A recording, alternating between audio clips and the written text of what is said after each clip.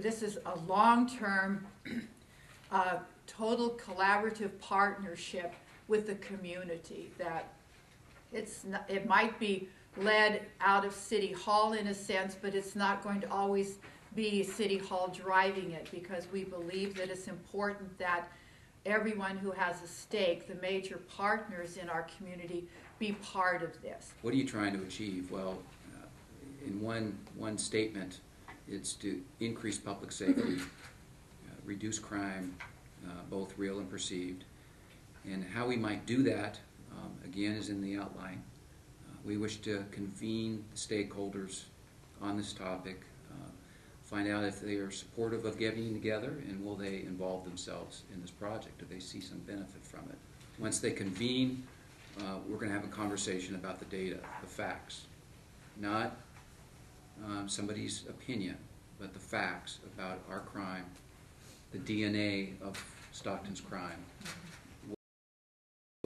and kind of separate conjecture from professional opinion and data.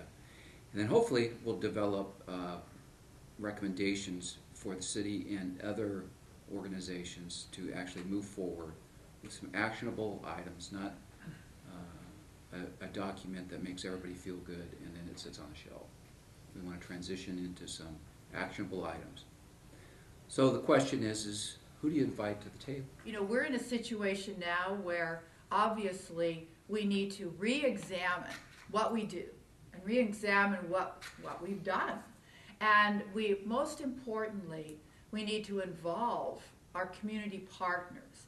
And our community partners at this point in time, we look at as being the folks that work in the criminal justice system, the ones that actually, the police actually, they arrest the bad guys. When we have enough of them, we arrest more, obviously. They arrest them, but then they go into the district attorney's office, they go into the courts, they go into the jail, they go into the prisons, and there's all these other folks that have a huge part of that. And, at this time, I think that you need to understand that as we go forward, it's not going to happen overnight, but it's going to happen with the buy-in from the folks in the community that can actually bring something to the table. The reality is, if we think we can just arrest our way out of our crime statistics, we're fooling ourselves. Yeah. Because 4 years ago, we were arresting, and it was like a revolving door at the jail, yeah, because we were at over capacity. And now with realignment, that's going to happen even faster. So we can't just take the position that we're just going to keep on bringing as many officers in as we can, and we're just going to arrest them into submission. That isn't going to work. And so we have to have these other community partners there to figure out what programs are working and how do we keep them from entering into this system. That, in a nutshell, is the goal of this Marshall Plan, to try to change the trends that have been going up lately, have been up and down from what I can tell, at least 30 years. It's a challenge, but I don't think we have any choice. This bleeds into another goal, and that's the economic development goal.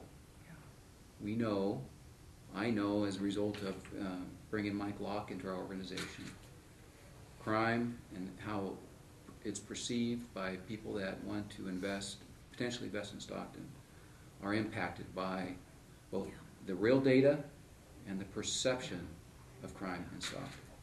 So we got to tackle both. We haven't been sitting waiting for this project to get legs. We've been very aggressive. We were one of the largest grant recipients from the federal government. We're going to be hiring 17 police officers.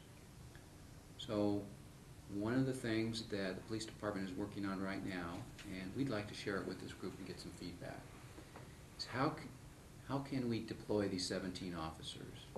We've verbally got approval for 5 full-time sworn officers from an outside agency to work full-time for the city, and their focus will be to go after and take out the worst 10 citizens in our city.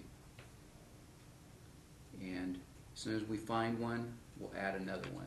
You're going to find in this Marshall Plan strategy group, because the number one, these are people who can make things happen, and number two, we're going to hold them accountable. I'm going to be holding them accountable to making a difference in all of this, and the council will hold them accountable. Bob's going to be in charge of the overall process, but we're not doing this just to say we did it. We intend to schedule community forums out in the different council districts. We will go out, council members will go out, and we'll go out into the community and talk about kind of how this will roll out, and ask for feedback, ask for input, but just as importantly, ask for the community's help in this. We need to hear too what the community thinks about the ideas for solutions.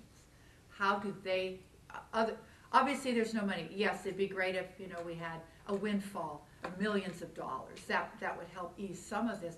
But it's important because sometimes folks on the ground have real simple solutions that none of us have thought about, and we need to hear that.